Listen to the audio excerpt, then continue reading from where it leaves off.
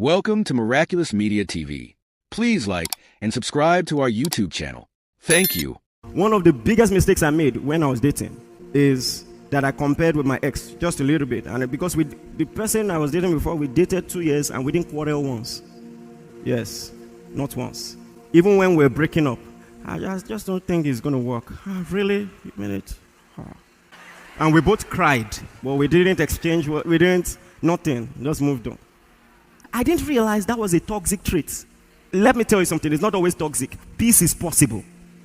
Are you listening to me? But there's another extreme. But when I brought it up, PL is not always okay. She's your pastor. So she just said, why didn't you marry her? Don't stress me, right? If it was so good, why are you here? I discovered I was what they called avoidant attachment. And it can be very dangerous. People like me can be very dangerous because we don't like to fight. If you cross the line in the friendship, you will just discover, I won't talk to you again. I will just draw the line and that's the end. And so what happened was very simple. And this is the first time it's coming out of my mouth. That's how dangerous we can be. I won't complain, I won't fight, we'll just end it. That's all, we'll move on. It's not you, it's me. Just imagine. Look at all that God is doing through us by the grace of God. And now, move back maybe 15 years. And I'm trying to date someone. I have all this vision in my spirit. I know God is going to do all that he's doing now. And everybody who was around was a part of it, working tirelessly. I will always hold in high esteem the people who saw me years ago and saw the hand of God. The people who will give 5K.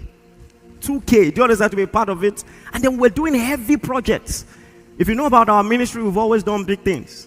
When I was graduating, we printed 10,000 copies of devotionals and gave it free. Then, I've been crazy for a long time, you see. And all of that was happening thanks to the love, the faith of partners and all of that. And now I'm dating someone who had never given a donation to the fellowship. I'm not materialistic. The fellowship has always had money. I have a grace by the grace of God. Check the history of this ministry. We've never lacked. I just told you, as an undergraduate, we printed 10,000 copies and gave it out free. So we always had money. But I just quietly wondered, like, what is going on? But I had not learned to talk things through. I didn't bring it up. I just kept wondering. And so one day, I wanted to bring it up stylishly. I didn't know how to. So I just said, you know what? We have a project we want to do for the church. Can you loan me 15,000? We didn't need 15,000. I'm telling you, those of you who are aware, we printed devotionals every month, and it costs at least 600,000, and we did it every month without fail. And then she borrowed me the money, and then, I just kept it or something. And then months after, honestly, in my mind, I had some respite that, well, at least she could part way with money. It's not as bad as I thought. Then months after, she came to see me, and we're talking, and then we're already going, and she said, hey, about that money that I borrowed you. So I said, okay. So I went, packaged the money in an envelope. Then in another envelope was letter. Yes. I've changed. If you like, don't judge. I'm not doing again. Look at the way some of you are judging me. You don't understand. Some of you don't understand visionaries. I'm not trying to excuse it, but you don't understand visionaries. How could you not see it? How could you not be? I'm not talking about a large amount. I'm not once, let's be a part of this. 2K.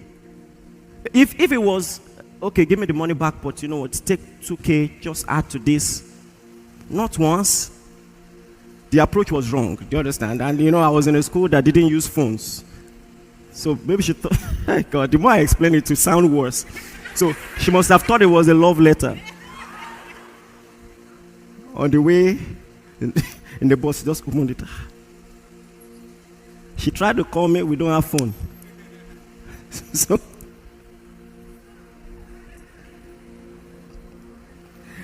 the reason I'm telling you this, listen. Now, imagine bringing that attitude into a marriage. You get what I'm saying? You don't want to talk things through. I told you last week, there's a reason women nag.